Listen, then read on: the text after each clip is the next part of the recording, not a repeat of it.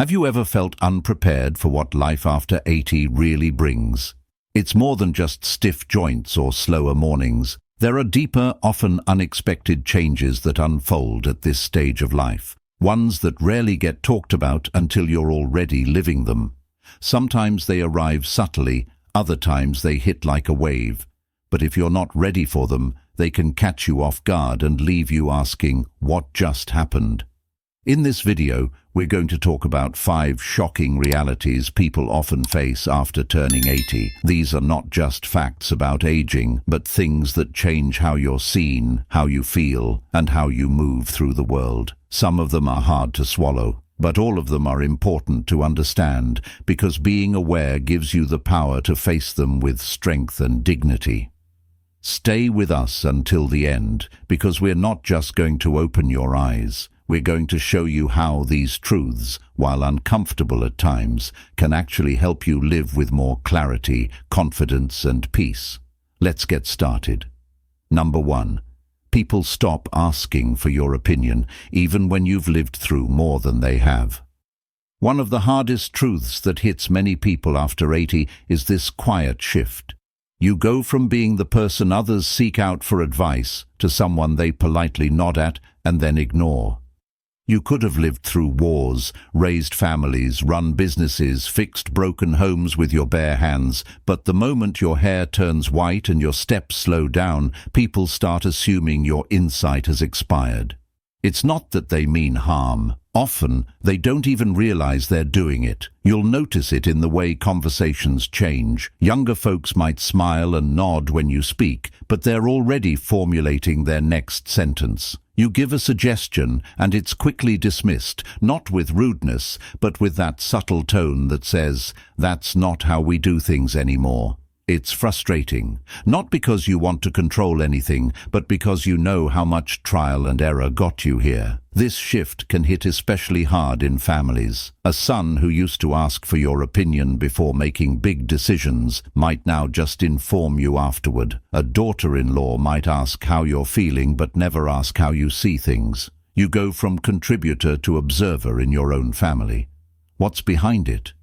A cultural myth that wisdom has an expiration date, that new equals better, that old means irrelevant. But deep down, most people still crave steady hands and calm voices. They've just forgotten how to recognize them. And here's the quiet irony. The less you push your opinions, the more people tend to listen when you do speak. Your restraint becomes your power. Your lived experience becomes a kind of quiet authority that doesn't need to shout. So if this is something you've noticed, don't let it make you bitter. Let it make you sharper. Fewer words, more weight. Your voice still matters. It's just that now it carries power when you choose your moment carefully. Number 2. You start attending more funerals than birthdays. It's something nobody really tells you when you're in your 20s or 40s. A calendar full of birthday parties, weddings, and new babies gives life its rhythm. But somewhere along the road, often quietly, without warning, that rhythm changes. By the time you hit 80, you find yourself pulling out darker clothes more often than party hats. The gatherings shift from celebration to farewell, and with each one, a little more of your past seems to vanish. What makes this so jarring isn't just the grief, though that alone is heavy. It's the repetition. Month after month, someone you knew, someone who made up a part of your story, is suddenly gone. Friends you used to laugh with, neighbors who used to sit on their porches, old co-workers who once felt like family. Little by little, the crowd thins, and the silence afterward lingers a little longer. There's also a strange guilt that creeps in, the guilt of still being here. Some people call it survivor's guilt. You begin to wonder, why am I still around when so many good people aren't? You might feel relief for escaping certain illnesses or accidents, but also an aching emptiness for those who didn't. And because everyone around you is dealing with their own losses, people don't always talk about it. They might offer a hug at a service, then never bring the person's name up again. That silence can make the grief feel even heavier. What many don't realize is that this constant exposure to loss wears on the soul. It can make you hesitant to connect with new people, afraid of losing them too. Or it can make you overly attached, clinging tighter to those who remain. Neither is wrong. It's your heart trying to protect itself. But it's important to remember this. Every loss you felt is proof that love was there, that a connection was real, that you lived with depth and care. And as difficult as it gets, those who remain, those who still call, still visit, still care, matter more than ever. Because when you're 80 and up, love doesn't have to be wide. It just needs to be deep. A few close relationships can carry more warmth than a room full of people. So grieve when you need to. Speak their names, share their stories. Let your tears honor the bond. But also, let yourself keep living, not just existing, but truly living, even through the loss. That's the legacy they'd want you to carry. If you're still watching this video and finding these insights valuable, please comment number 2 below to let me know you're here. And if you haven't subscribed yet, I recommend you subscribe and turn on the bell so you don't miss any videos. Your support helps us continue creating good content to inform and inspire you. Now, let's move forward. Number 3. Doctors treat you like a checklist, not a person. It often starts subtly. You sit down in the exam room, the nurse takes your blood pressure, jots it down, then runs through a few standard questions. Sleep, diet, medications. The doctor walks in, glances at the chart, asks how you're doing, but doesn't really wait for the answer. Before you can finish describing that strange ache in your back or how your energy has dipped over the last month, they're already moving on to the next item. This isn't about bad doctors. Most of them care deeply. But as you age, something shifts in how the system sees you. You stop being a person with a story and start becoming a collection of symptoms, pills, and warnings. Your past, your preferences, your personality, those things begin to fade into the background as protocols and forms take center stage. And it's not just frustrating. It can feel dehumanizing. You know your body better than anyone. You know what's new, what's different, what just feels off. But too often, that lived-in knowledge gets dismissed. You might hear, "That's just part of getting older," or, "At your age we usually expect that." It's as if age is the diagnosis, and everything else is just routine maintenance. This kind of treatment can be dangerous, not just to your health, but to your dignity. When you're brushed off or rushed through, you might stop speaking up. You might start doubting yourself. You might even begin to think, maybe I'm just overreacting, when in reality, something real needs attention. There's a reason seniors often feel hesitant to go to the doctor. It's not just about the co-pays or the cold waiting rooms. It's about feeling unseen. It's about walking out of an appointment more confused than when you walked in. And when you don't feel listened to, you're less likely to follow through on treatments, ask questions, or advocate for yourself. But here's something worth remembering. You have every right to be heard. You have earned the right to ask questions, to challenge quick answers, to request more time. You have the right to say, "Wait, I'm not done yet," when someone tries to move you along too quickly. And you don't have to accept a one-size-fits-all approach to your care. Some of the best care you'll ever receive will come not just from experts, but from professionals who see you as a full human being, someone with history, with context, with dignity. And sometimes you'll need to advocate to find them. It's not easy, but it's worth it. You're not a checklist. You're a whole story still unfolding. Don't let anyone treat you like a footnote. Number 4, your body might still be here, but your reflection doesn't always feel like you. There's a moment that hits many people after 80, and it's hard to put into words.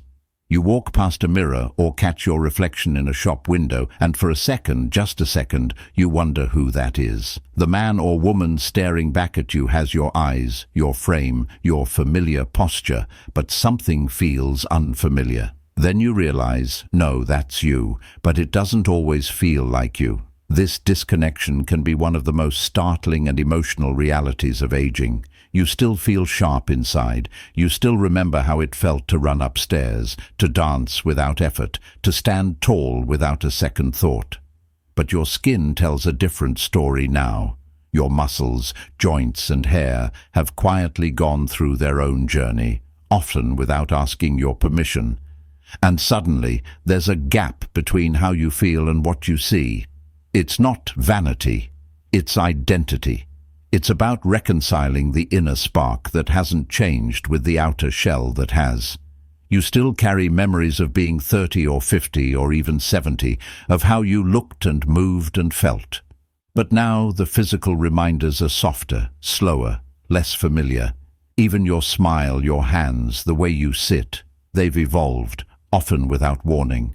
And the world doesn't make it any easier.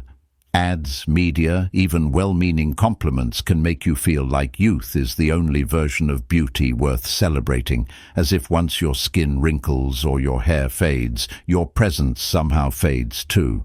But here's the truth most people don't realize. There is nothing more beautiful than someone who's lived fully and shows it. Your wrinkles, they're not flaws. They're proof that you've smiled, worried, laughed, cried, and kept going. Your slower walk, that's resilience. It means you're still here, moving forward.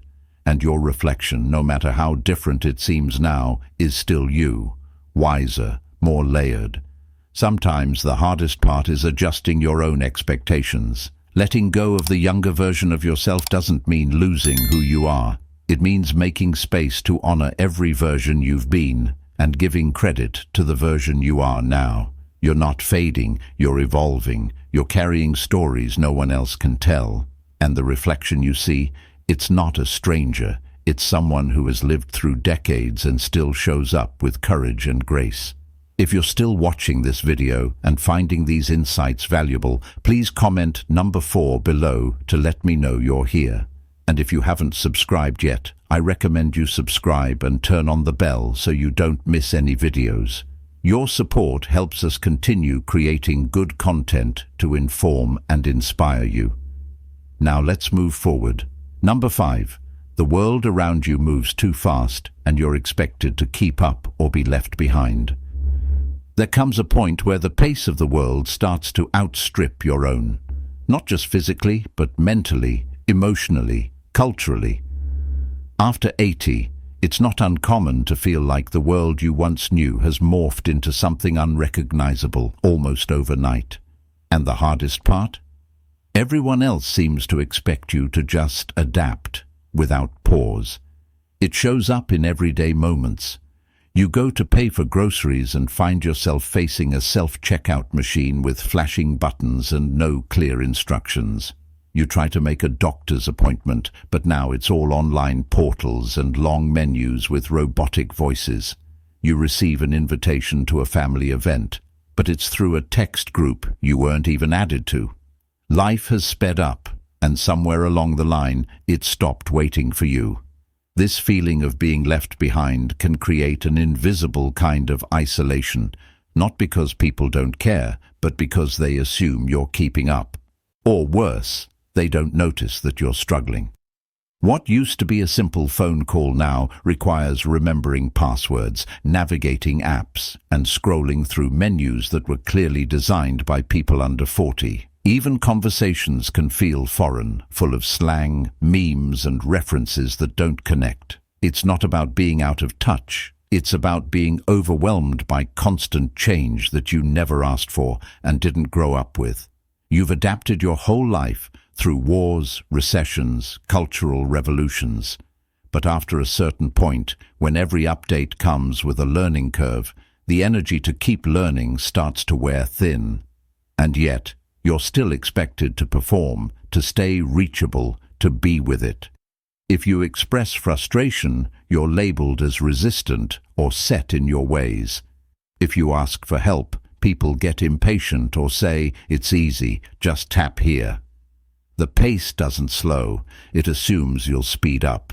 But here's something worth saying out loud. You don't owe anyone speed. You don't need to rush to fit into a mold that wasn't designed for you.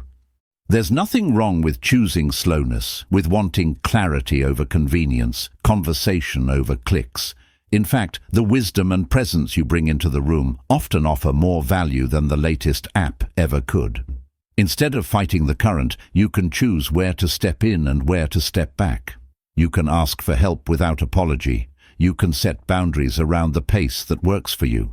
And you can remind those around you that experience is not a thing to be outpaced. It's something to be leaned on. The truth is, the world may not slow down. But that doesn't mean you have to race to keep up. Sometimes, the most powerful move you can make is to move at your own rhythm and let others remember why it matters. Final thoughts. Now that we've walked through these 5 realities, take a moment to breathe. Not to feel overwhelmed, but to feel seen. Because these aren't just random facts about getting older. They're truths that many people carry quietly, often alone. And recognizing them doesn't make you weak, it makes you wise. Maybe one of these hit home more than the others. Maybe you've noticed all 5. The point isn't to feel discouraged. It's to realize you're not alone, and you're not imagining it.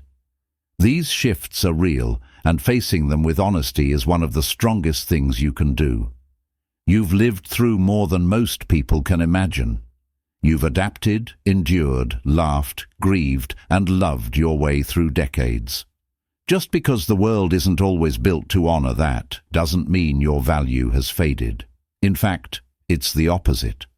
You're carrying something the world needs now more than ever: clarity, calm, perspective, and resilience. So take these insights and hold them close. Let them remind you that it's okay to speak up when you feel overlooked. It's okay to grieve. It's okay to be frustrated. And it's more than okay to move at your own pace, to honor your experience, and to choose what feels right for you. Thank you for being with us today. We'd love to hear your thoughts. Drop a comment below and let us know one thing you learned and how you plan to apply it in your life. Your feedback means a lot and truly encourages us to keep going.